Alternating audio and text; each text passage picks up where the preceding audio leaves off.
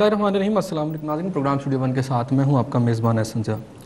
नाज़रीन, साबिक अमरीकी सदर आइज़नहावर ने एक दफ़ा कहा था कि मेरे पास अपनी मुश्किलात को जांचने के लिए एक ही यार्ड स्टिक है, वो ये है कि जब मैं कोई काम करता हूं तो मैं ये देखता हूं कि क्या ये अमेरिका के लिए अच्छा है।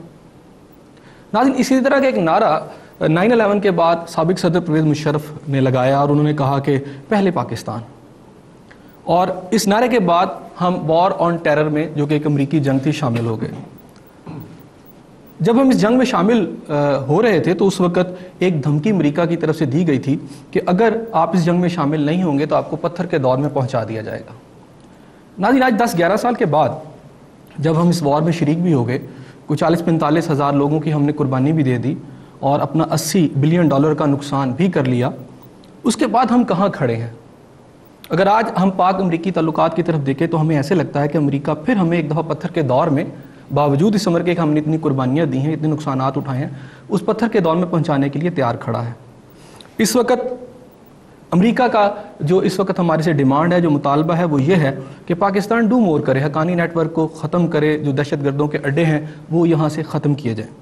अमेरिका का ये भी इल्ज़ाम है कि अफ़गानिस्तान के अंदर जो नेटो फोर्सेस पर हमले हो रहे हैं वो पाकिस्तान के अंदर से कराए जा रहे हैं, और पाकिस्तान का एक ऐसा इलाका है, शुमाली वज़ीरिस्तान या जनूबी वज़ीरिस्तान, जहाँ से ये लोग अफ़गानिस्तान में दाखिल होकर अमरीकी और नेटो फोर्सेस पर हमले कर रहे हैं।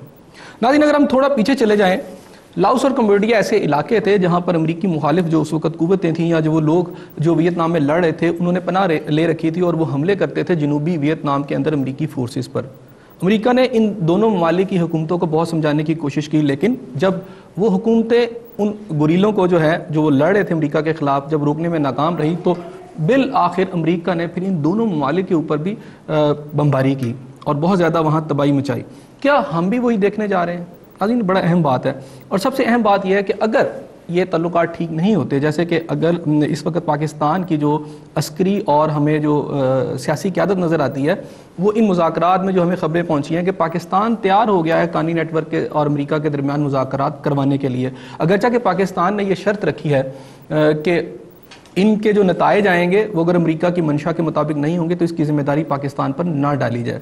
नाज़रीन, खैर ये मुज़ाकरात होते हैं या नहीं होते हैं, इसके नताइज क्या होते हैं। अगर अमरीकी दबाव पाकिस्तान पर यूं ही बढ़ता रहा तो हमने ये देखना है कि पाकिस्तान के कौन से ऐसे कमज़ोर लूप होल्स हैं, कौन से ऐसे कमज़ोर पॉइंट्स हैं जहाँ पाकिस्तान को नुकसान पहुँच सकता है।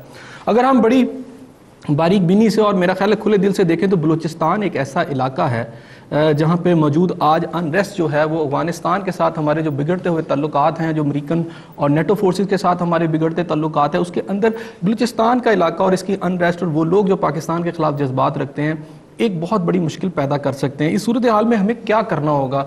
हमारी अस्करी क़यादत को क्या करना चाहिए? हमारी हुकूमती क़यादत को क्या करना चाहिए? क्या हम ये समझें, या जो पाकिस्तान की कौम है जो बड़ी इस हवाले से मैं समझता हूँ कि परेशान भी है, क्या वो इस बात पे यकीन रखे कि जो पाकिस्तान की तरफ से लम्हा ब लम्हा बढ़ते हुए ख़तरात हैं, इसका इदराक हमारी हुकूमत के जो ऐवान हैं उनको भी। आज हम इस मौजू पर बात करेंगे।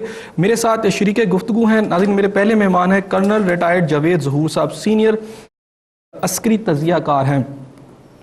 एक उम्र गुजारी है इन्होंने पाकिस्तान के इंटेलिजेंस के इदारों के अंदर और पाकिस्तान की अस्करी फोर्सेस के अंदर, और बड़ी खिदमात है इनकी पूरी एक लाइफ की। इसके साथ साथ मेरे साथ दूसरे मेरे मेहमान हैं जो शरीके गुफ्तगू है, जमशेद चीमा साहब, सीनियर तज़ियाकार हैं। हम इनसे भी इस इशू पर बात करेंगे, और इसके साथ मेरे साथ ब्रिगेडियर रिटायर्ड फारूक हमीद साहब भी मौजूद हैं, ये भी सीनियर दफाई तज़ियाकार हैं। हम इनसे पूछेंगे और कोशिश करेंगे कि हम समअप करें, कुछ ऐसी प्रपोजल निकालें जिसमें जो पाकिस्तान की तरफ से बढ़ते हुए ख़तरात हैं, ख़ासतौर पर बलूचिस्तान का जो इलाका है जहाँ हमें एक कमज़ोरी फील हो रही है, उसको हम ओवरकम कैसे कर सकते हैं, इस पर हम बात करेंगे। और नाज़रीन, इससे पहले कि मैं मज़ीद कोई गुफ्तगू का आगाज़ करूँ, मैं चाहता हूँ कि एक छोटा सा ब्रेक ले लूँ। हमारे साथ रहिएगा, मिलते हैं ब्रेक के बाद।